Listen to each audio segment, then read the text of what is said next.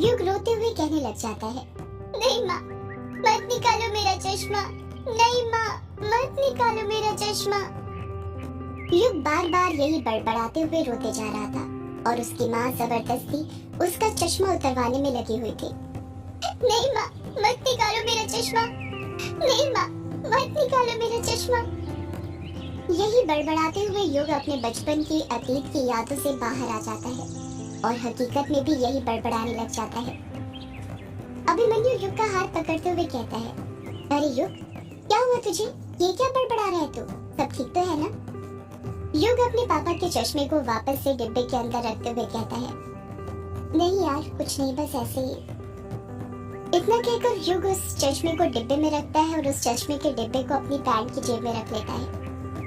युग और अभिमन्यु वापस कमरे के अंदर ड्राफ्ट ढूंढना शुरू कर देते हैं। कायर और कछुआ दरवाजे की दहलीज पर खड़े होकर दरवाजे पर पहरा दे रहे थे, इस डर से कि यक्षिणी कहीं दरवाजा बंद न कर दे।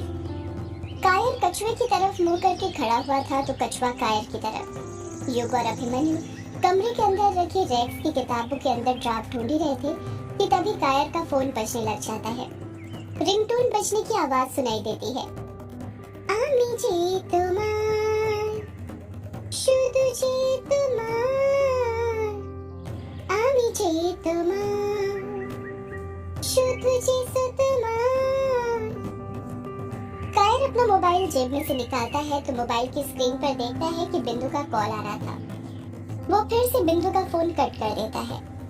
कछुआ ये बात नोटिस कर लेता है और कायर के मजे लेते हुए कहता है, एक बात बता कायर, तेरा क्या बिंदु के साथ कोई झगड़ा वगड़ा हो गया है? कायर बिना कुछ सोचे झट से जवाब देता है, नहीं तो तुझे ऐसा क्यों लग रहा है कि बिंदु और मेरे बीच झगड़ा हुआ है? कछुआ हंसते हुए कहता है, अगर झगड़ा नहीं हुआ है तो उसका फोन क्यों नहीं रिसीव कर रहा? जरूर कुछ तो बात है जो तू मुझे नहीं बता रहा है। नहीं यार, कुछ बात नहीं है, बस ऐसे ही मेरा मन नहीं है। और तूने ही तो कहा था ज्यादा भाव मत दिया कर वरना लड़कियां सिर पर चढ़ जाती हैं। तो वही आजमा कर देख रहा हूँ आज। बिंदु बार बार कायर को फोन किए जा रही थी और कायर हर बार बिंदु का फोन कट कर रहा था। बिंदु का बार बार फोन आते हुए देख कछुआ कायर से कहता है, यार मुझे लगता है तुझे ना बिंदु का फोन उठा लेना चाहिए। हो सकता है उसे तुझसे कुछ जरूरी काम हो, तभी तो वो बार बार तुझे फोन कर रही है।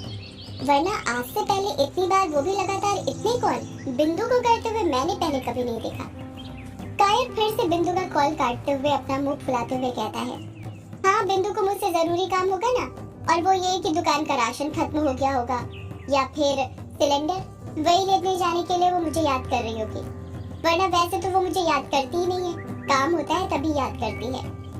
कछुआ अपना मुंह फाड़ते हुए कहता है, यार बिंदु। बिंदु कायर के पीछे आकर खड़ी हो गई थी और ये बात कायर को पता नहीं चली थी। बस कछुआ ही बिंदु को देख पा रहा था। कछुआ अपनी आंखों के इशारों से कायर को समझाने की कोशिश तो कर रहा था कि उसके पीछे बिंदु खड़ी है, पर कायर कुछ समझ नहीं पा रहा था। वो अपनी बातों में ही लगा हुआ था। कछुआ फिर कायर को इशारा करते हुए कहता है, बिंदु, यार बिंदु। कायर इस बार भी कछुए का इशारा नहीं समझ पाता और बेधड़क होकर कहता है, हाँ बिंदु के ही बारे में तो बात कर रहा हूँ। अब तू ही बता, क्या नहीं किया मैंने उसके लिए? उसकी सारी बात मानी, उसकी दुकान का राशन लाया, सब्जी लाया, सिलेंडर लाया, कस्टमर ला कर दिए, दिन भर वही बैठे रहा कि जब भी उसको जरूरत पड़े तो मैं हाजिर रहूं। पर वो है कि मेरा प्यार समझती ही नहीं, बस जब देखो बोलती रहती है कि ये शायरी लिखना छोड़ दूं और कोई सा काम धंधा कर लूं। अब तू ही बता, शायरी लिखना क्या बच्चों का खेल है? ये भी तो काम ही है। पर वो समझती नहीं, लगी रहती है शायरी छुड़ाने में। अब उसे कैसे बताऊं मैं जिंदगी छोड़ सकता हूँ पर लिखना नहीं छोड़ सकता। कछुआ धीरे से कहता है, अरे बिंदु, बिंदु यार, ये बिंदु बिंदु क्या लगा कर रखा है तूने? बोला तो नहीं उठाना उसका फोन तो नहीं उठाना।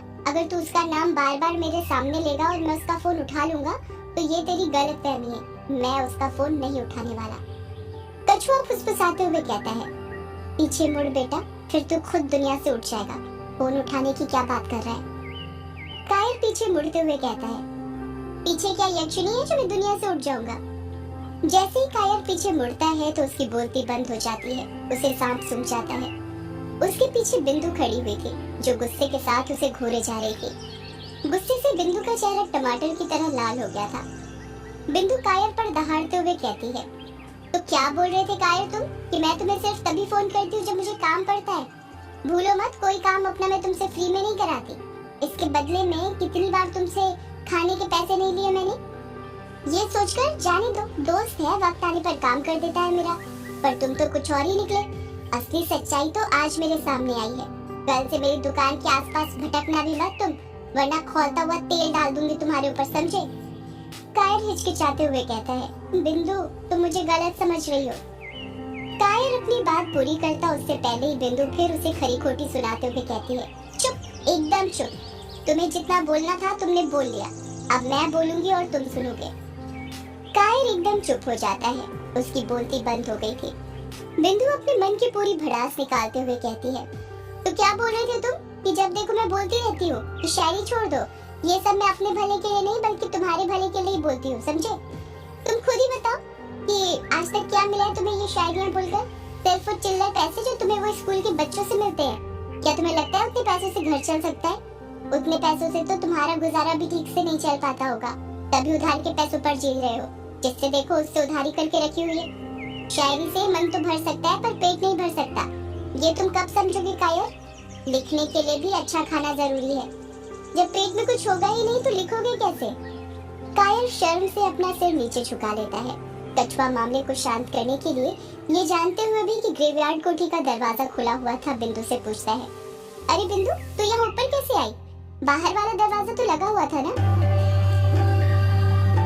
बिंदु कछुए पर भिन्नाते हुए कहती है, इस कायर के साथ रहकर लगता है तेरा भी दिमाग खराब हो गया है। दरवाजा खुला होगा तभी तो मैं अंदर आई ना। तुम दोनों से ना मैं बाद में अच्छे से निपटूंगी।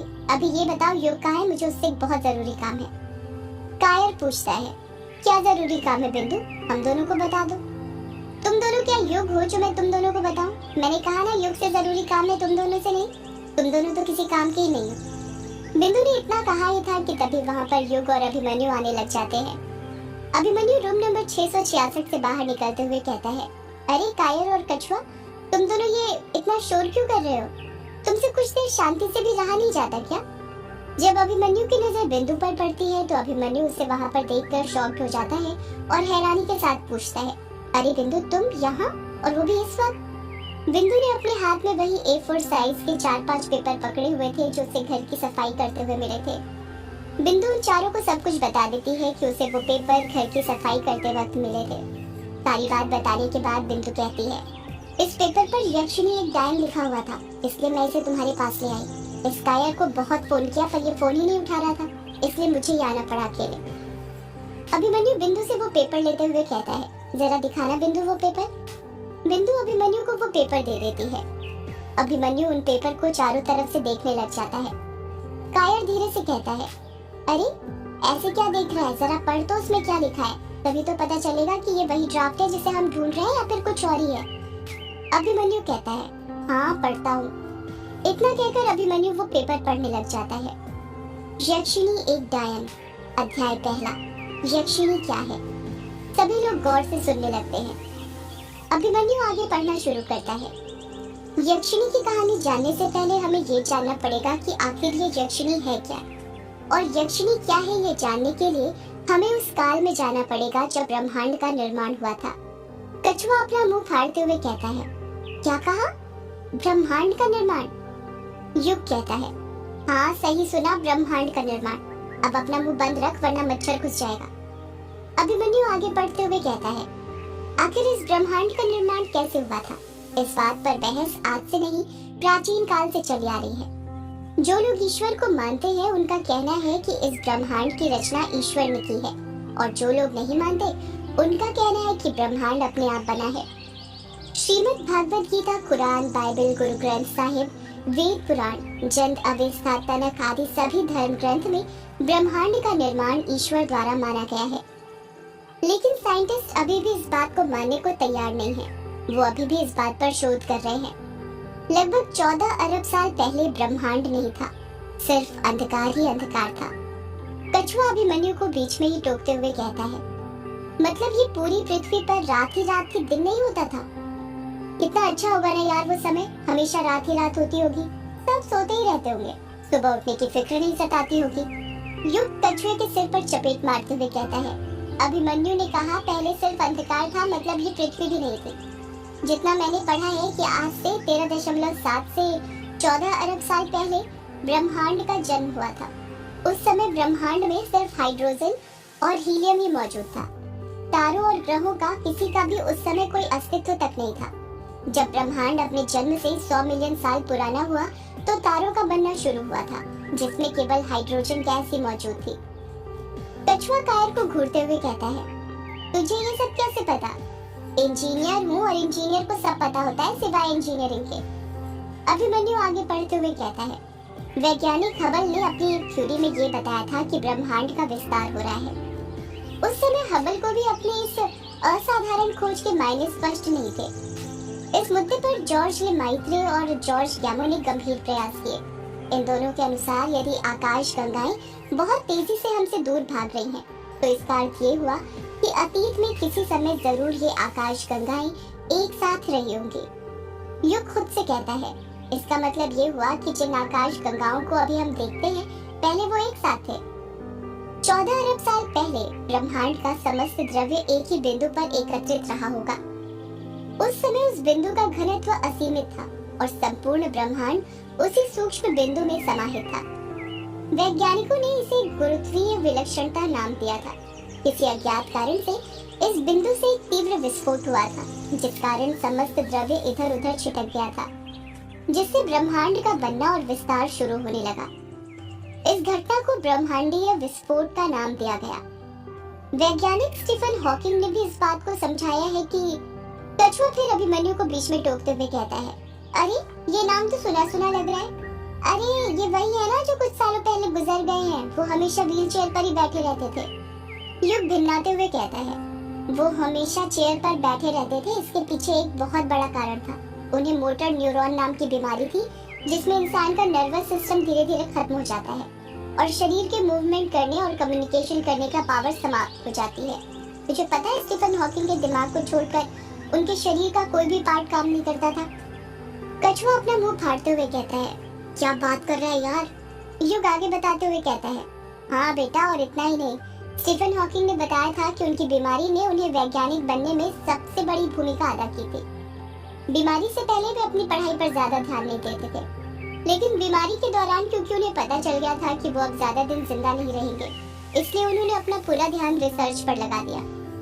डॉक्टर ने तो कह दिया था कि वो बस 1-2 साल तक जी पाएंगे, पर उन्होंने डॉक्टर की थ्योरी को गलत साबित कर दिया था और 76 साल पूरे होने के बाद उनका देहांत हो गया था। युग की बात सुनकर सभी शॉक्ड हो गए थे। अभिमन्यु आगे पढ़ते हुए कहता है, स्टीफन हॉकिंग ने भी समझाया था कि लगभग 14 अरब साल पहले जब ब्रह्मांड नहीं था, सिर्फ अंधकार था, तब अचानक एक बिंदु की उत्पत्ति हुई थी। फिर वो बिंदु मचलने लगा, मतलब कंपन करने लगा। अचानक से उसके अंदर भयानक परिवर्तन आने लगे। इस बिंदु में विस्फोट होने लगे। उस बिंदु के अंदर मौजूद प्रोटॉन्स की आपसी टक्कर से अपार ऊर्जा उत्पन्न हुई। विस्फोट ने महाविस्फोट का रूप ले लिया। इस महाविस्फोट से ही ब्रह्मांड का निर्माण हुआ और अभी भी ब्रह्मांड फैल ही रहा है। इसे बिग बैंग थ्योरी कहते हैं। इतना कहकर अभिमन्यु एक लंबी सांस लेता है और फिर आगे पढ़ते हुए कहता है, अभी तक आप जो पढ़ रहे थे वो वैज्ञानिकों द्वारा बताया गया था कि ब्रह्मांड का निर्माण कैसे हुआ था, पर क्या आप जानते हैं वेदों में और पुराणों में क्या लिखा है? उनके अनुसार ब्रह्मांड का निर्माण कैसे हुआ था। अब आप यही सोच रहे हैं ना कि यक्षिणी की कहानी लिखने के बजाय मैं आपको ब्रह्मांड के बारे में क्यों बता रहा हूँ? वो इसलिए क्योंकि यक्षिणी की कहानी समझने के लिए हमारा ये समझना बहुत जरूरी है कि ब्रह्मांड का निर्माण कैसे हुआ था, क्योंकि यक्षिणी ब्रह्मांड में उपस्थित अनेक लोक में से ही किसी एक लोक से आई है। सदियों से है पुरानी